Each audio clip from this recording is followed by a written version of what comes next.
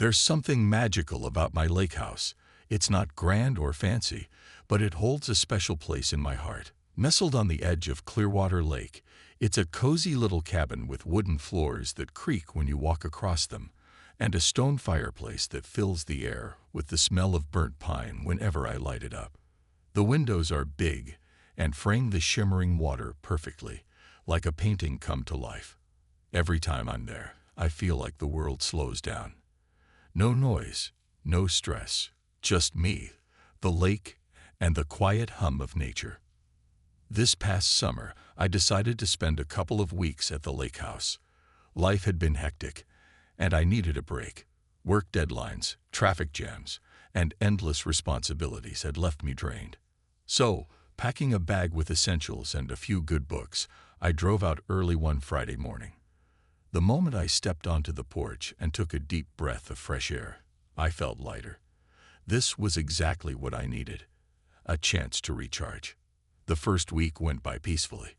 I spent my mornings fishing off the dock, afternoons reading by the window, and evenings cooking simple meals over the stove. On weekends, friends would visit, bringing laughter and stories that echoed through the tiny house. Even when I was alone, the silence felt comforting instead of lonely. At night, I'd sit outside, staring at the stars reflected in the calm surface of the lake. It was perfect. But perfection doesn't last forever. One morning, I woke up earlier than usual. The sun was just beginning to rise, casting a golden glow over the water. I made myself a pot of coffee and stepped out onto the porch to enjoy the view. That's when I noticed something strange. The lock on the side door looked damaged. At first, I thought maybe an animal had gotten curious or some kids playing nearby had accidentally bumped into it. But as I walked closer, I realized it wasn't accidental. The lock had been forced open. My stomach sank. Someone had been inside my house. Panic started creeping in, but I tried to stay calm. I scanned the area for clues. There were footprints leading from the door to the shed out back, fresh ones. Whoever had broken in hadn't been there long ago. My mind raced with questions. Was anything stolen? Had they left anything behind? Most importantly, who could have done this? I grabbed a baseball bat from the closet before heading back to investigate. The bat was old, a relic from my college days, but it gave me a small sense of security as I moved cautiously through the rooms. Everything seemed untouched. No drawers rifled through, no valuables missing. But then I saw it, a clipboard lying on the kitchen counter. It bore the logo of the Clearwater Homeowners Association, HOA, along with a checklist titled Property Compliance Inspection. For a second, I just stared at it, dumbfounded. The HOA. They had entered my house without permission, without even telling me. Anger bubbled up inside me. Sure, the HOA had rules, but this was ridiculous. Their own guidelines clearly stated they needed written consent before entering any property. Yet here they were, treating my home like their personal playground. I couldn't believe it. This wasn't just an inconvenience, it was a violation. And I wasn't going to let it slide. I stood there in the kitchen, staring at that clipboard like it was some kind of alien artifact. The words property compliance inspection seemed to mock me. My hands tightened around the baseball bat I'd been holding, though I knew swinging it wouldn't solve anything. Not yet. Anyway, I took a deep breath, trying to calm myself down. Losing my temper wasn't going to help. I needed answers. The first thing I did was call the HOA office. It was still early, but they were usually open by this time. After a few rings, a woman with a syrupy sweet voice answered. Clearwater Homeowners Association. How may I assist you today? Hi, I said, gripping the counter to steady myself. Someone from your organization broke into my lake house this morning. They damaged my door and left a clipboard behind. Can you explain what's going on? There was a pause on the other end, followed by a nervous laugh. Oh dear, I'm sure it's just a misunderstanding, she said smoothly, as if dismissing my entire life being invaded. Our inspectors often conduct routine checks to ensure properties comply with community standards. Routine checks. I repeated, my voice rising despite my best efforts to stay calm. You can't just break into someone's house without permission. Don't you need consent for something like that? Well, she hesitated again, her tone shifting slightly. Technically, yes, we do require written approval. But sometimes these things happen unintentionally. I'm sure it was all just standard procedure. Standard procedure. I snapped, unable to hold back anymore. Breaking into someone's home is not standard. It's illegal. You had no right to enter without notifying me first. Her voice turned icy, losing the fake sweetness. Sir, I understand your frustration, but please remember that these inspections are for the benefit of the community. If you have concerns, feel free to submit them in writing. Submit them in writing. Was she serious? This wasn't about submitting forms or filing complaints. It was about respect. Respect for boundaries, for privacy, for the fact that this was my house. I hung up before I said something I'd regret, my blood boiling hotter than the coffee I'd made earlier. Later that afternoon, I sat on the porch, replaying the conversation in my head. How could they think this was acceptable? Who gave them the authority to barge into people's homes whenever they felt like it? And what exactly were they inspecting? The place looked fine to me, clean, well-maintained, and definitely not violating any rules unless having personality was against their guidelines. Rachel, my wife, called while I was stewing. We don't talk every day since she stayed back in the city for work, but she always checks in when I'm at the lake house. How's it going? She asked cheerfully. Not great, I admitted, rubbing my temples. I told her everything. The broken lock, the clipboard, the infuriating phone call. She listened quietly, letting me vent until I ran out of steam. That's outrageous, she said finally. They can't just walk into your house like that. Did you check their rules? Maybe they're overstepping. I already looked, I replied. It says right there, they need written consent. They ignored the rule completely. Rachel paused thoughtfully. Maybe you should document everything. Take pictures of the damage, save the checklist, write down notes about the call. If they try anything else, you'll have proof. Her suggestion made sense. I didn't want to escalate things unnecessarily, but I also couldn't let them get away with this. So after we hung up, I grabbed my phone and started taking photos. I snapped shots of the broken lock, the footprints leading to the shed, and the clipboard sitting ominously on the counter. Then I typed out a detailed account of the morning, including the time I discovered the intrusion and the conversation with the HOA representative. By the time I finished, I felt marginally better, like I was regaining some control over the situation. But one question kept nagging at me. Why had they come in the first place? What could possibly be so urgent that they felt justified breaking into my house? The more I thought about it, the angrier I got. This wasn't just about compliance or community standards. It was about power. They wanted to show they were in charge, that they could do whatever they wanted without consequences. And that's when I decided. I wasn't going to let them win. If they came back, I'd make sure they regretted it. The next morning, I woke up with a plan. Sitting on the edge of the bed, I stared out the window at the lake's still surface and thought about what I needed to do. This wasn't just about fixing a broken lock or filing a complaint. It was about sending a message. If the HOA thought they could walk all over me, they were wrong. I wasn't going to sit back and let them trample on my rights. Not again. First, I decided to fortify the place.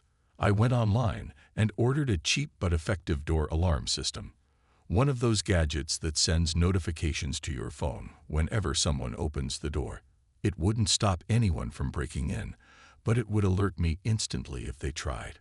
While waiting for it to arrive, I set up a few old cameras I had lying around. They weren't fancy security cameras, just basic ones I'd used years ago for a home project, but they worked well enough. I positioned them strategically, 2 outside pointing at the doors, and 1 inside aimed at the kitchen counter where I'd found the clipboard. If anyone came snooping again, I have proof. While setting everything up, I couldn't shake the feeling of being watched. Every creak of the wooden floor made me glance over my shoulder, and every rustle of leaves outside sounded like footsteps. My nerves were frayed, but I reminded myself why I was doing this. This was my space, my sanctuary. I wasn't going to let anyone take that away from me. By late afternoon, the alarm system arrived. I installed it quickly, testing it a few times to make sure it worked properly. When I opened the side door, my phone buzzed within seconds, a satisfying confirmation that I was ready. Now all I had to do was wait. Waiting turned out to be harder than I expected. The hours dragged on, each minute stretching longer than the last.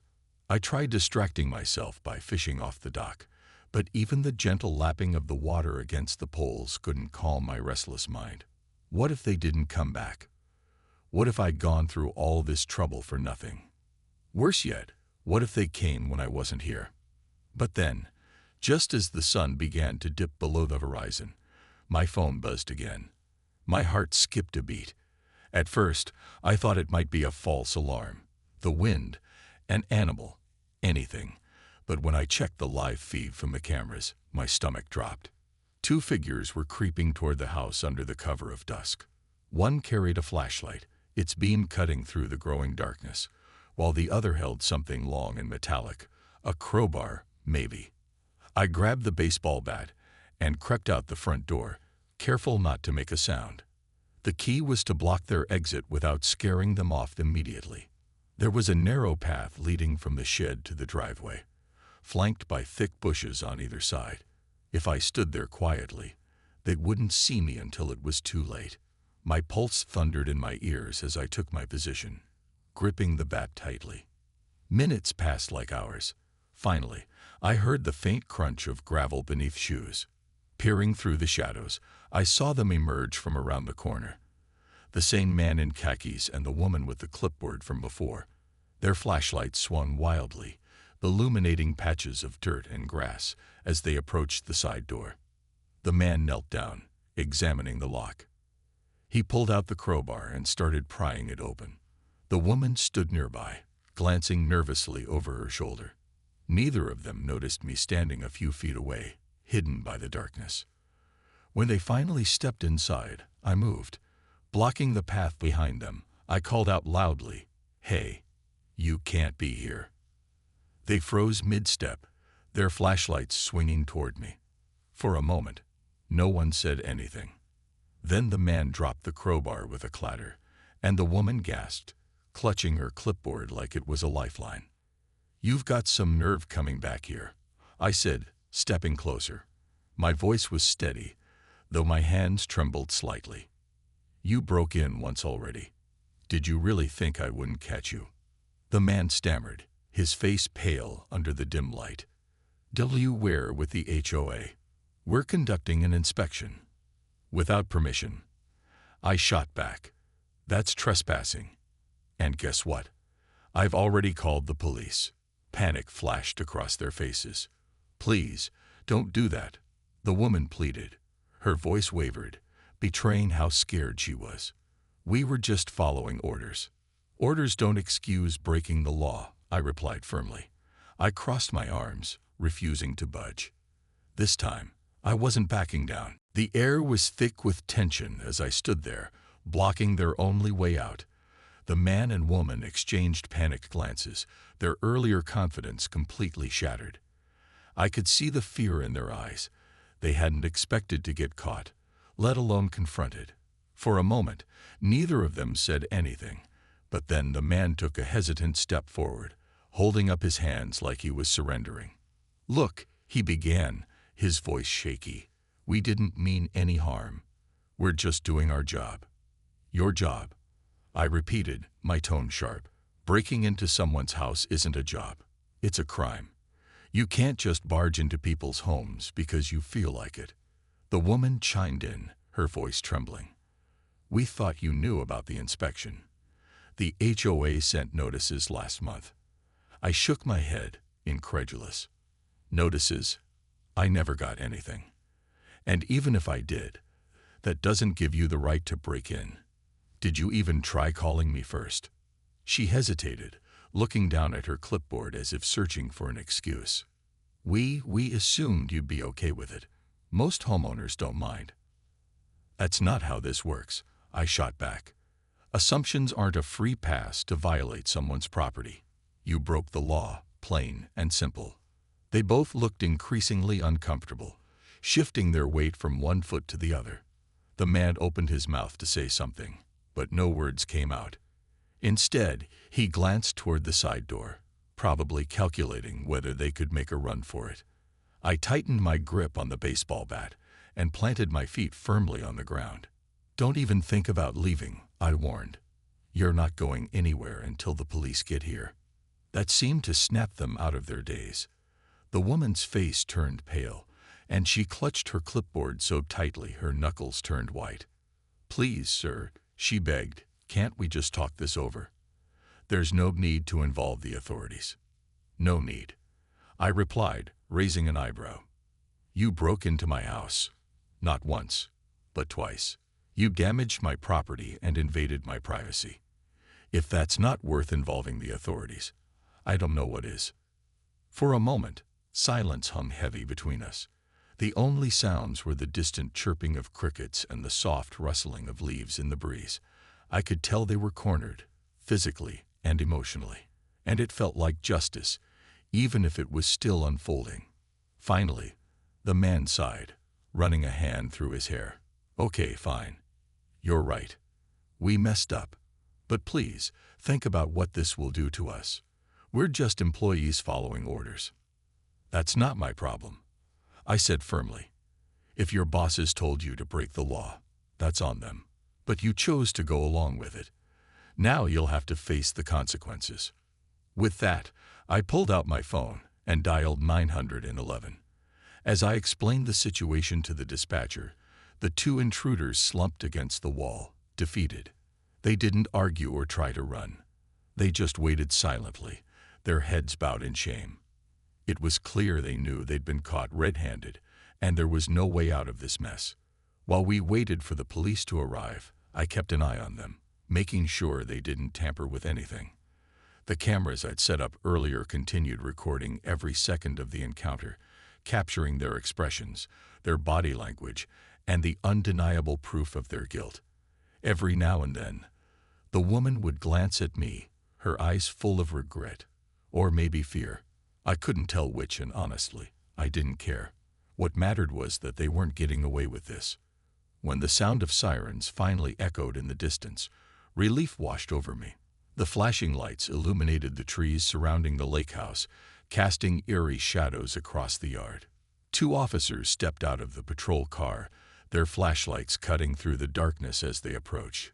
One of them nodded at me while the other gestured for the intruders to stand up.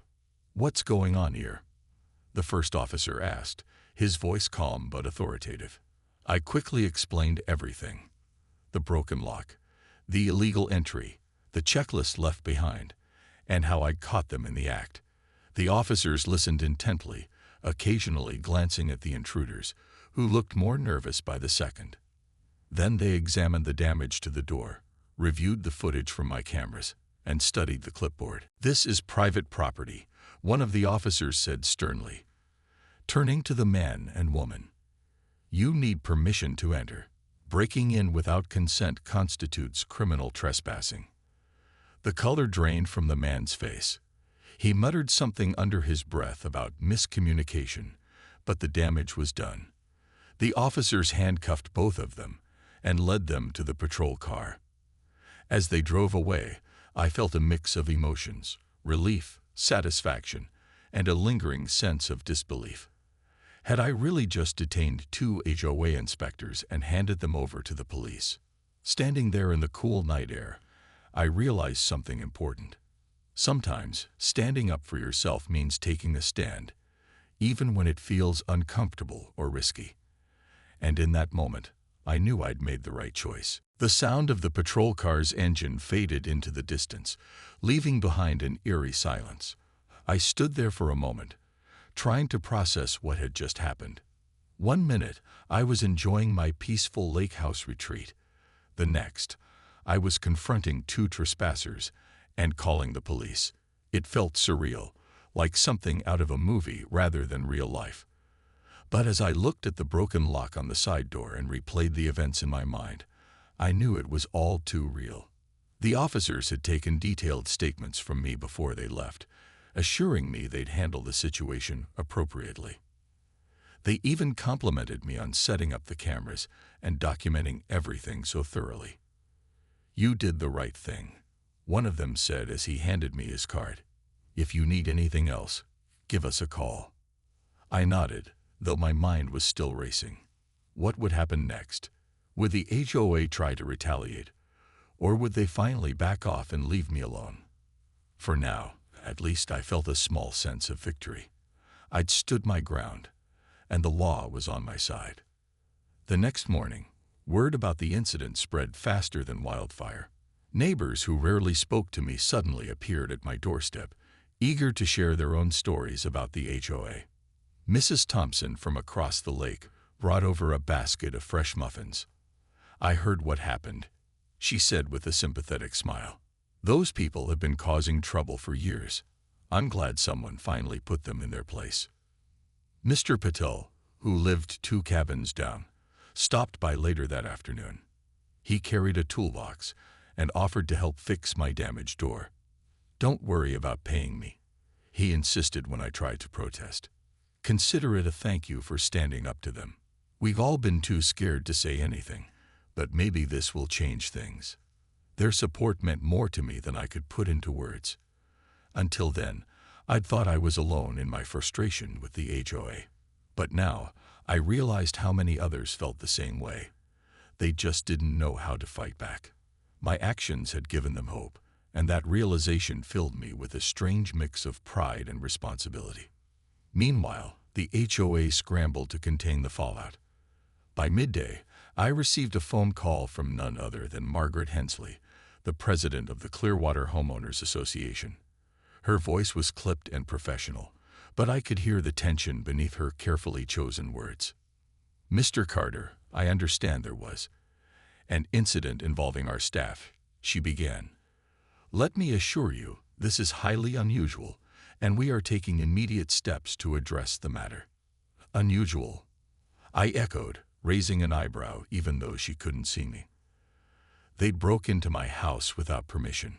That's not unusual. It's illegal." "I completely agree," she replied quickly, her tone softening slightly. "Our employees clearly overstepped their boundaries, and for that, I sincerely apologize. This does not reflect the values or practices of our organization." Her apology sounded rehearsed, like she'd practiced it in front of a mirror before dialing my number. Still, I let her continue. She promised a full investigation, disciplinary action against the offenders, and compensation for the damages to my property. She even mentioned revising their inspection protocols to prevent similar incidents in the future. While her words seemed genuine enough, I wasn't ready to trust her just yet. "I appreciate your apology," I said cautiously, "but actions speak louder than words. Let's see what changes you actually make before we consider this resolved." She agreed, thanking me for my understanding and promising to follow up soon. When we hung up, I felt a flicker of satisfaction. For once, the HOA was on the defensive, forced to answer for their behavior instead of dictating terms. That evening, I sat on the porch with a cup of tea, watching the sun dip below the horizon. The golden light danced across the surface of the lake, painting it with streaks of orange and pink. Despite everything that had happened, the view remained breathtakingly beautiful. As I reflected on the day's events, I realized something important. Standing up for yourself isn't just about winning. It's about setting boundaries. By detaining those inspectors and letting the law decide, I'd sent a clear message. My home is mine, and no one gets to trample on that right. But this wasn't just about me anymore. My actions had sparked something bigger, a ripple effect that might inspire others to stand up, speak out, and demand better. And if that happened, then maybe, just maybe, this whole ordeal would be worth it. The days that followed were a whirlwind of activity. News of the incident spread like wildfire through Clearwater Lake, and suddenly, I was at the center of attention. Neighbors who had previously kept to themselves started stopping by with stories of their own frustrations with the HOA. Some complained about unreasonable fines for minor infractions, like having a garden gnome deemed non-compliant. Others shared tales of inspectors showing up unannounced, poking around their yards or peering into their windows. It seemed everyone had a grievance, but until now, no one had dared to push back. I became an accidental figurehead in this growing movement. People looked to me as someone who had stood up to the HOA and won, at least for now. At first, it felt strange, even overwhelming. I wasn't trying to lead anything. I just wanted my privacy respected. But as more neighbors reached out, I realized how much they needed someone to give them courage. So I listened to their stories, offered advice where I could, and encouraged them to document everything. If we were going to hold the HOA accountable, we'd need evidence, and lots of it. Meanwhile, the legal process moved forward. The 2 inspectors I'd detained pleaded guilty to misdemeanor trespassing in court and were sentenced to community service. Their punishment may have seemed light, but the real victory came when the judge issued a ruling against the HOA itself. They were ordered to pay for the damages to my property and implement stricter oversight measures to prevent similar incidents in the future. More importantly, the ruling set a precedent. Homeowners didn't have to tolerate illegal intrusions under the guise of inspections. Margaret Hensley, the HOA president, tried to smooth things over with another phone call. This time, her tone was less polished and more desperate. "We're committed to making changes," she insisted. "Our board is reviewing all policies to ensure transparency and fairness." "Good," I replied, keeping my voice firm. "Because if this happens again, not just to me, but to anyone, I'll go public. Trust me, you don't want that kind of attention." She assured me they were taking my concerns seriously, but I remained skeptical. Promises were easy to make. Following through was another story entirely. Still, I gave her credit for trying. Change wouldn't happen overnight, but at least there was some acknowledgement that things needed to improve. As the dust began to settle, I noticed subtle shifts in the neighborhood dynamic. Homeowners who once avoided conflict started speaking up at HOA meetings, questioning decisions, and demanding explanations. A few even formed a committee to advocate for clearer communication and fairer policies. It was inspiring to see people coming together, united by a shared desire for respect and accountability. For me personally, the experience brought unexpected clarity. Before this ordeal, I'd viewed the lake house as simply a place to escape, a retreat from the chaos of everyday life. But now it represented something more: resilience. By standing my ground, I'd reclaimed not only my space, but also a sense of empowerment. I learned that sometimes doing the right thing requires stepping outside your comfort zone, and that the rewards can be worth the risk.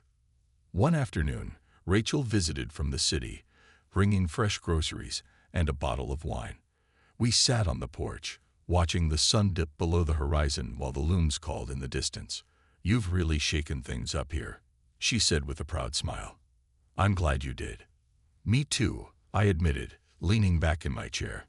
"It's crazy how one little stand can snowball into something bigger. I never expected any of this."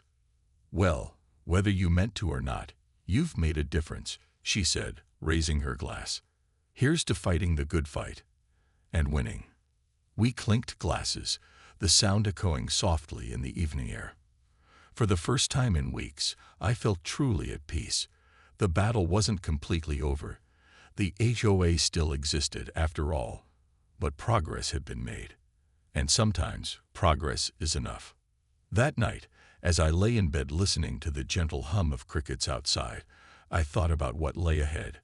There would likely be more challenges, more moments of tension between homeowners and the HOA. But we'd shown them, and ourselves, that we weren't powerless. Together, we could demand better and create a community built on mutual respect rather than fear. And maybe, just maybe, that was the most important victory of all. In the weeks that followed, life at Clearwater Lake began to settle into a new rhythm. The initial shock of the HOA scandal had faded, but its impact lingered like ripples on the water. Neighbors who once kept their heads down now greeted each other with nods and smiles, united by a shared sense of purpose. Conversations around the docks or at the local coffee shop often turned to updates about the HOA's promised reforms. It wasn't perfect. Change never happens overnight. But there was hope in the air, something I hadn't felt before. For me, the lake house became more than just a retreat. It transformed into a symbol of resilience. Every time I sat on the porch, sipping my morning coffee as the mist lifted off the water, I thought about how far we'd come. Standing up to the HOA hadn't been easy. It had taken courage, patience, and a willingness to face uncertainty. But looking back, I knew it was worth it. Not only had I protected my home, but I'd also inspired others to do the same. The HOA itself underwent noticeable changes, or at least tried to appear as though it had. Margaret Hensley resigned shortly after the court ruling, citing personal reasons, though everyone suspected she couldn't handle the pressure. A new president, Greg Thompson, took her place. He seemed genuine enough, holding town hall meetings where homeowners could voice their concerns without fear of retaliation. Policies were rewritten to include stricter guidelines for inspections, requiring written consent and advance notice in all cases. Fines for minor infractions were reduced, and communication improved significantly. Still, I remained cautious. Promises were one thing, actions were another. I continued documenting everything, every email from the HOA, every interaction with inspectors, and encouraged my neighbors to do the same. Together, we formed an informal watchdog group, keeping tabs on the HOA's activities and ensuring they stayed true to their word. If nothing else, this experience taught us the importance of staying vigilant. One crisp autumn morning, I decided to organize a small gathering at the lake house to thank my neighbors for their support. Rachel helped me prepare, bringing over-baked goods and string lights to hang across the porch. By evening, the place buzzed with laughter and conversation. Plates of food were passed around, glasses clinked, and stories flowed freely. Someone brought out a guitar, and soon, impromptu songs echoed across the water. Amidst the festivities, Mrs. Patel raised her glass for a toast. To Jonathan, she said, her voice warm and sincere, for reminding us that we have power when we stand together. And to all of you, for being brave enough to use it. The crowd cheered, raising their glasses in unison. I felt a lump rise in my throat, overwhelmed by their gratitude. This wasn't just my victory. It belonged to all of us. We'd faced a challenge head-on and emerged stronger because of it. Later that night, after everyone had gone home, I sat alone on the porch, staring at the stars reflected in the lake. The air was cool, carrying the faint scent of wood smoke from a distant fire. For the first time in months, I felt truly at peace. The weight of the past few weeks had lifted, replaced by a deep sense of accomplishment. This place, the lake house, the community, the quiet beauty of nature, was mine to protect. And I'd proven that sometimes standing your ground isn't just about defending what you love. It's about creating something better for everyone. By detaining those inspectors and letting the law decide, I hadn't just reclaimed my space. I'd sparked a movement, one that reminded us all that our homes, our rights, and our voices matter. As I leaned back in my chair, listening to the gentle lapping of the water against the shore, I smiled.